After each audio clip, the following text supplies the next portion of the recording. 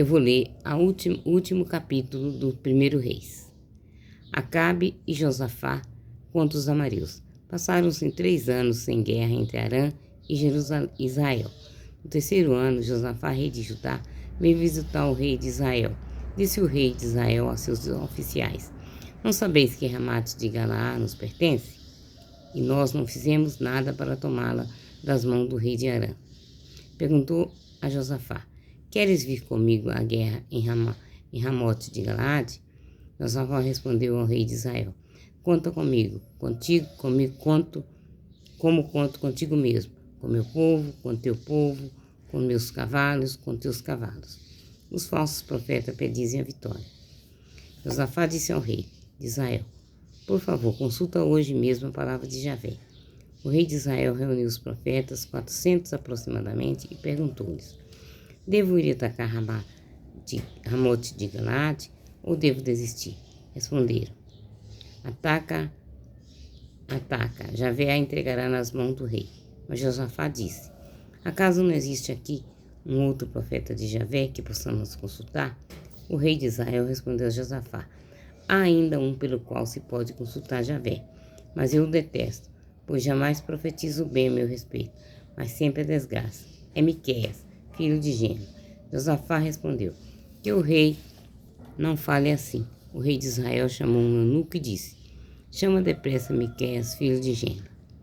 O rei de Israel e Josafá, rei de Judá, estavam sentados cada um em seu trono, revestidos com seus trajes reais. Estavam sentados numa eira, diante da porta de Samaria, e todos os profetas profetizaram diante deles. Sedecias, filho de Canaamã, fez para si chifres de ferro e disse: assim fala Javé, como isso ferirá os arameus até exterminados. E todos os profetas faziam a mesma predição, dizendo: sobe a Ramate de Galaad, triunfarás, Javé vai entregá-lo nas mãos do rei. O profeta Miqueias prediz o fracasso. O mensageiro que foi chamar Miqueias disse: os profetas são únimes em predizer as coisas boas para o rei. Procura falar com eles e predizer o sucesso. Mas Miqueias respondeu: pela vida de Javé, o que Javé me diz é isso que anunciarei. Chegando à presença do rei, este perguntou-lhe: Miqueias, devemos ir a Ramote de Galaad para combater ou devemos desistir? Respondeu ele: ataca, triunfarás. Javé vai entregá-lo nas mãos dos reis. Mas o rei lhe disse: quantas vezes é preciso que eu te conjure para que me digas somente a verdade em nome de Javé? Então ele disse: eu vi todo Israel disperso pelas montanhas, como um rebanho sem pastor. E Javé me disse: eles não têm mais senhor. Cada um volte em paz para sua casa. O rei de Israel disse então a Josafá: não te havia dito que ele não profetizará para mim o bem, mas o mal? Disse Miqueias: escuta, pois, a palavra de Javé. Eu vi Javé sentado em seu trono. Todo o exército do céu estava junto dele, à sua direita e à sua esquerda.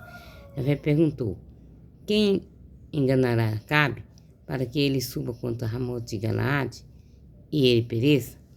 Um dizia uma coisa e outro dizia outra. Então um espírito se aproximou e se colocou diante de Javé. Sou eu que o enganarei, disse ele. Javé lhe perguntou: e de que modo? Respondeu: partirei e serei um espírito de mentira na boca de todos os seus profetas. Javé disse: tu enganarás e ainda prevalecerás. Vai e fazes assim. Agora, pois, Javé infundiu um espírito de mentira na boca de todos esses seus profetas. Mas Javé pronunciou a teu respeito uma desgraça. Então Sedecias, filho de Canaamã, aproximou-se de Miqueias, esbofeteou e disse: por qual caminho o espírito de Javé saiu de mim para te falar? Miqueias respondeu: tu verás no dia em que tiveres de fugir de um aposento a outro para te esconder. O rei de Israel ordenou: prende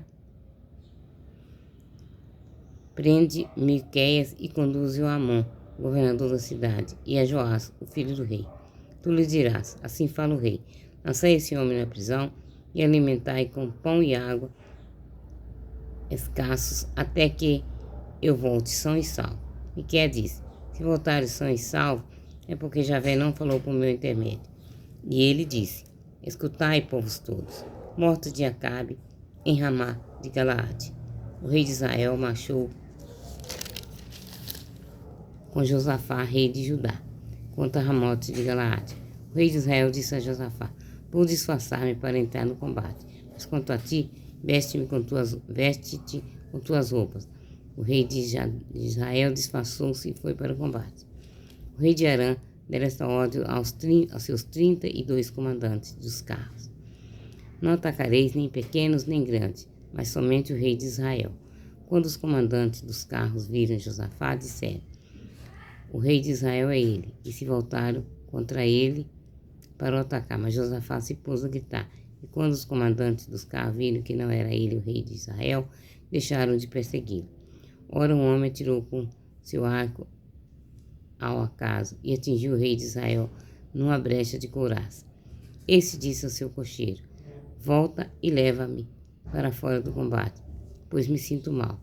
Mas o combate tornou-se tão violento aquele dia que tiveram de manter o rei de pé sobre seu carro diante dos amorreus.